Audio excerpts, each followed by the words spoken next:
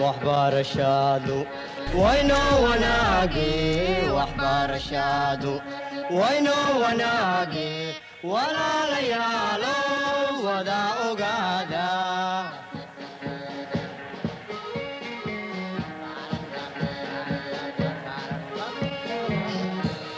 وهي تعلينتا ودادة توسن وهي تعلينتا ودادة توسن. Salam alaikum, bonjour tout le monde, je suis Dekanour, conseillère pédagogique en marketing. Dans cette séance, nous allons voir la méthodologie de votre épreuve marketing. On va voir quelques conseils méthodologiques de votre épreuve marketing. Par exemple, lors de l'épreuve pratique, comment les questions sont reparties et comment les répondre. Ça, c'est notre objectif. Voilà, il existe plusieurs niveaux des épreuves. Il y a différentes façons de poser les questions lors de l'examen final. On va voir ici 6 niveaux, en commençant par les questions les plus simples aux questions les plus difficiles. Le premier niveau, question des connaissances. Par exemple, les questions de l'épreuve peuvent porter 10% des questions des connaissances. On appelle également les questions des cours. Par exemple, on peut demander au candidat de définir une notion, décrire une situation ou par exemple distinguer deux notions, identifier ou formuler. Ça, ce sont les verbes d'action qui sera utilisés pour ce premier niveau des questions des connaissances. Donc, ce qu'on attend du candidat, c'est il faut qu'il arrive à répondre à ces questions par rapport à ce qu'il a appris en classe, les notions qu'il a mémorisées et les notions vues en classe, par exemple. Le deuxième niveau, on appelle les questions de compréhension. Elles peuvent porter jusqu'à 30% par exemple, 3 questions sur 10 par exemple. Donc le candidat ici doit être capable d'expliquer une notion ou un fait ou une formule, calculer les prix psychologiques ou démontrer la variation saisonnière et expliquer après avoir calculé. Illustrer par des exemples. Donc les verbes d'action utilisés ici sont tels que classer, démontrer, expliquer, reformuler, etc. Le troisième niveau de questionnement, ce sont les questions d'application. Ici, le candidat est capable d'appliquer un modèle qu'il a déjà vu en classe, qu'il s'est entraîné avec d'autres exercices, par exemple, dans une situation qu'il n'a pas encore vue. Ce qui veut dire qu'il est capable d'adapter une situation à partir de ce qu'il a vu, bien sûr, en classe. Ensuite, le quatrième niveau, ce sont les questions d'analyse. Les questions d'analyse, par exemple, analyser un marché ou analyser les différents composants de marché.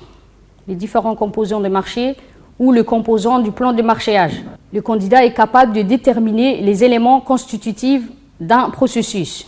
Les verbes d'action utilisés, par exemple, comparer des situations, différencier, intégrer, structurer et tirer une conclusion. Ici, il est capable d'analyser. Donc, pour analyser, il va suivre une méthodologie, bien sûr. Et la dernière partie, le dernier niveau, c'est les questions de synthèse. 10%, c'est-à-dire une question, par exemple, sur 10, le candidat effectue une analyse. Après avoir effectué l'analyse, il va envisager de proposer des solutions à un problème posé. Les verbes d'action choisis tels que choisir. Choisir, critiquer, estimer, juger, tester par exemple. Choisir plusieurs supports de communication. Dans quel support vous allez conseiller à choisir par exemple à l'entreprise. Voilà ce qu'on attend de l'élève. Bien sûr, il doit se souvenir tout ce qu'il a appris. Il est capable de restituer le savoir et exécuter avec sûreté pour répondre aux questions posées. Ça, c'est sur les questions de cours, sur les questions des connaissances. Le deuxième niveau, donc il doit être capable de comprendre une situation, d'appliquer. Donc, il doit être capable de transposer des connaissances apprises, donc ce qu'il a vu en classe, par exemple, et de les appliquer, d'exécuter des actions ou des actions successives et de suivre un processus afin de donner une solution proposée. Le troisième niveau, c'est de résoudre intégralement des problèmes. Donc le candidat est capable ici d'élargir les connaissances acquises. Donc il ne suffit pas ici de répondre, de recopier par exemple ce que vous avez mémorisé, mais vous devez être capable de trouver des solutions à un problème posé, évaluer une situation, proposer de nouvelles solutions, établir de manière indépendante des processus et de s'y adapter et de les maîtriser. Donc ça, c'est ce qu'on attend de l'élève. J'ai pris ici l'exemple de quatre questions. Par exemple, la première question, analyser le marché. Donc c'est une question qui paraît simple, mais qui est très, très difficile. Très difficile dans le sens où si le candidat ne maîtrise pas la méthodologie, il aura du mal à répondre et à donner une réponse structurée. La deuxième question, caractériser la dimension de la gamme d'un produit. Ici aussi, on va voir quels sont les critères qui vont permettre de caractériser une gamme d'un produit. La troisième question, distinguer la position concurrentielle et le positionnement de l'entreprise. Donc ici, les candidats confondent les deux notions, la position et le positionnement. Donc on va voir quelle est la différence et comment répondre à cette question. La dernière question, c'est calculer et déterminer la position concurrentielle de l'entreprise. Donc c'est la suite à la question sur la position concurrentielle, sur la question 3. Donc la première question, analyser le marché. Bien sûr, avant de répondre à une question, il faudra lire l'énoncé. Il faut bien comprendre, lire 1, 2, 3 fois l'énoncé, souligner les mots clés. Donc ici, analyser, c'est le verbe d'action utilisé. Le verbe d'action utilisé ici, c'est analyser. Et qu'est-ce qu'on analyse? C'est le marché. Il faudra se poser la question, qu'est-ce que je vais analyser? Donc analyser le marché. Avant de répondre à la question, je vais d'abord me poser la question, qu'est-ce que le marché? De quoi est composé le marché? Bien sûr, comme vous avez vu, le marché est composé de 3 éléments, l'offre, la demande et l'environnement. C'est à partir de ces éléments que je vais analyser et répondre à la question. Donc la première, donc le marché bien sûr, c'est le lieu de rencontre entre les offreurs et les acheteurs. Et il est composé de 3 éléments. L'offre, la demande et l'environnement. Donc pour pouvoir répondre à cette première question, je vais suivre des étapes. Donc les étapes d'analyse d'un marché. En introduction, d'abord, il faut se poser la question sur quel produit porte l'analyse du marché. Bien sûr, et donner la tendance du marché. Donc est-ce qu'il s'agit de marché d'eau minérale? Est-ce qu'il s'agit de marché d'automobile ou marché des jouets pour enfants? La première étape, c'est analyse de la demande. Le premier composant du marché, c'est la demande. La demande, on va analyser selon 2 critères, selon l'analyse de la demande qualitative et l'analyse de la demande quantitative. Donc l'analyse de la demande qualitative, il s'agit de recenser les chiffres, donc donner quel est le poids du marché en valeur et en volume. Et bien sûr, il faut les comparer. Donc, vous allez calculer le taux de croissance annuel et le taux de croissance global du marché, calculer le taux d'évolution en volume et en valeur. Bien sûr, il faudra expliquer vos résultats avec les informations qui vous ont été données dans les différentes documentations. Expliquer vos résultats avec les informations contenues dans les documentations fournies. À partir des annexes, il faudra expliquer. L'analyse de la demande qualitative, donc il s'agit de répondre aux questions suivantes. Donc en utilisant les vocabulaires adaptés, bien sûr. Donc il faut se poser, donc qui sont les acteurs de la demande? Qui sont les acteurs de la demande? Qui consomme le produit? Qui est-ce qui achète? Qui sont les proscripteurs et les utilisateurs? Quel est leur profil? Est-ce qu'ils sont des hommes, des femmes ou quelle est leur tranche d'âge? Et bien sûr, quel est leur comportement d'achat? Leur comportement d'achat, c'est-à-dire quand est-ce qu'ils achètent le produit? Comment ils les achètent? Pourquoi ils les achètent? Quelles sont les attentes? Leur motivation? Qu'est-ce qui les pousse à acheter ce produit? Ou qu'est-ce qui les empêche à acheter? Quels sont les freins? Donc ça, vous pouvez faire sous forme d'un tableau les analyses quantitatives et les analyses qualitatives de la demande. Deuxième composant, c'est l'offre, l'analyse des produits sur le marché. Bien sûr, l'offre, c'est le produit. Donc, nommer les produits vendus sur le marché. Donc, est-ce que c'est de l'eau minérale? Est-ce que c'est des voitures? Est-ce que c'est des vêtements, etc., etc. Donner leur poids. Donc, calculer l'évolution en volume et en valeur. Et dites dans la gamme de produits, par exemple, quel est le produit le plus important, le produit qui évolue le plus et pourquoi, quelles sont leurs éventuelles caractéristiques. Dans l'analyse de l'offre, il y a également les producteurs. Les producteurs, ce sont les acteurs de l'offre. Donc, donnez les noms qui sont les offreurs qui sont présents sur le marché. Donc, donnez les noms des offreurs en présence. Donc, calculez leur part de marché en volume et en valeur, si possible. Puis, classez leurs producteurs en fonction de résultats. Donc, qui est le leader sur le marché, les challengers, le suiveur, etc. Il ne faut pas oublier, pour la question d'analyse de marché, le positionnement de l'entreprise étudiée par rapport à ses concurrents. Et conclure, donc, quelle est la structure du marché? Le marché étudié, est-ce que c'est un marché monopole, oligopole ou c'est un marché concurrentiel? Donc, deuxième point, c'est l'analyse des producteurs. Et le dernier, donc, c'est l'analyse des distributeurs. On a deux grands acteurs de l'offre. On a le producteur et les distributeurs. Les distributeurs, donc comment les produits sont distribués sur le marché, repérer les différents canaux de distribution. Donc, est-ce que les produits sont vendus dans le supermarché, dans les hypermarchés, etc.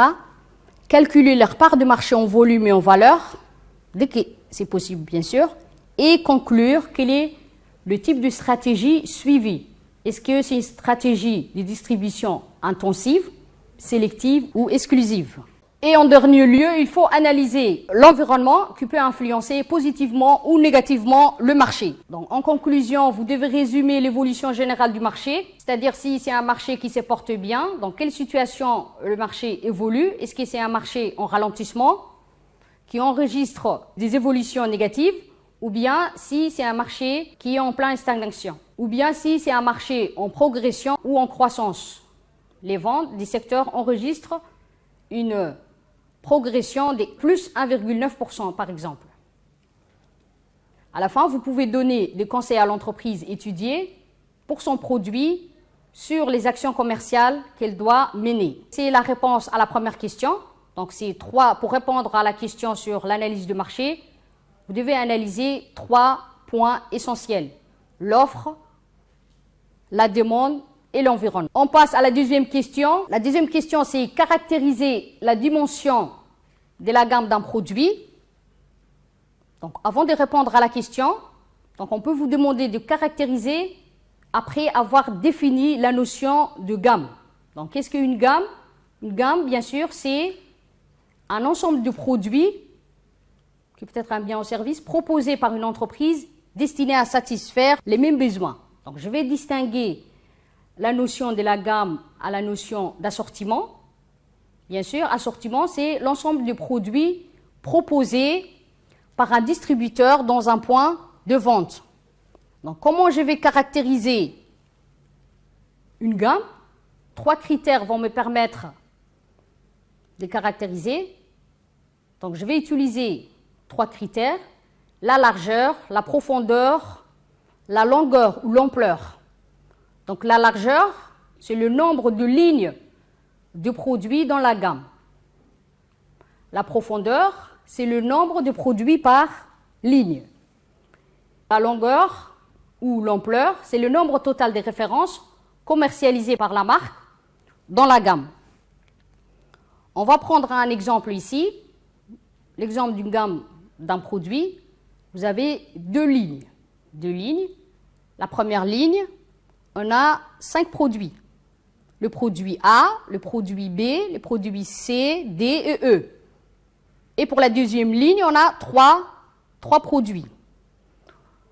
Donc, j'ai dit on va caractériser la gamme à partir de 3 critères selon la largeur. La largeur, c'est le nombre de lignes dans la gamme. Ici, nous avons 2 lignes. Donc, la largeur de la gamme comprend des lignes, la ligne 1 et la ligne 2. Et la profondeur de la ligne, dans chaque ligne, il y a combien de produits? Dans chaque ligne, il y a combien de modèles? La profondeur de la ligne 1, on a 5 modèles différents dans cette ligne. On a le produit A, B, C, D et E. Et la profondeur pour la deuxième ligne, on a 3 produits. F, G, H. Produit F, produit G, produit H. Longueur de la gamme, c'est l'ensemble de produits. L'ensemble de produits qui composent la gamme. C'est-à-dire, il faut compter le produit dans chaque gamme. Ici, on a le total de produits égal à 8.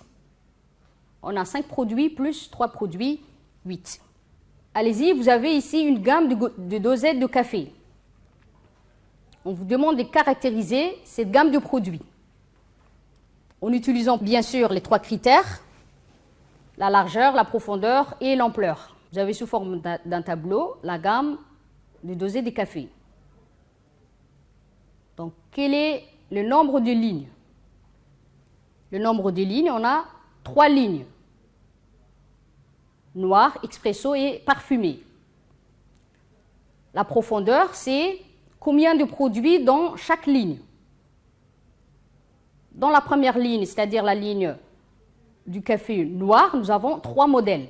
Le café noir 1, café noir 2, café noir 3. Et dans la deuxième ligne expresso, on a 3 modèles.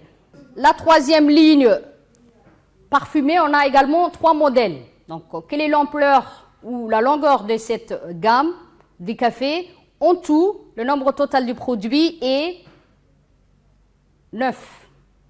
On a 9 modèles de produits dans la gamme de café. Ici, nous avons un extrait de la gamme Berocca du sujet du bac blanc 2018. On vous a demandé de caractériser la gamme de Berocca. Donc, vous avez ici combien de lignes? On a 4 lignes de produits Berocca, Berocca Orange, Berocca Beps, Berocca Boost et Berocca Sport. Et dans chaque ligne, nous avons 3 modèles. L'ensemble de produits de la gamme égale à 12. Donc voilà comment caractériser la gamme d'un produit.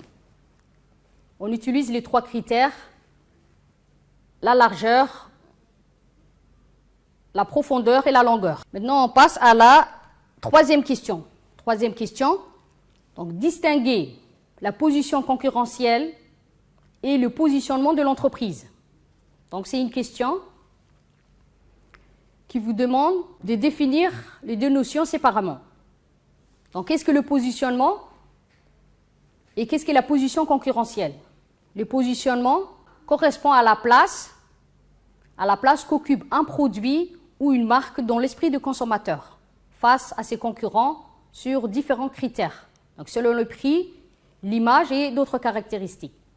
C'est la place qu'occupe le produit dans l'esprit du consommateur. Et la deuxième notion, la position concurrentielle, c'est la place ou la position occupée par l'entreprise sur le marché. Donc, est-ce qu'il est le leader sur le marché? Est-ce qu'il est le challenger ou le suiveur? Donc, ça, c'est la position concurrentielle de l'entreprise.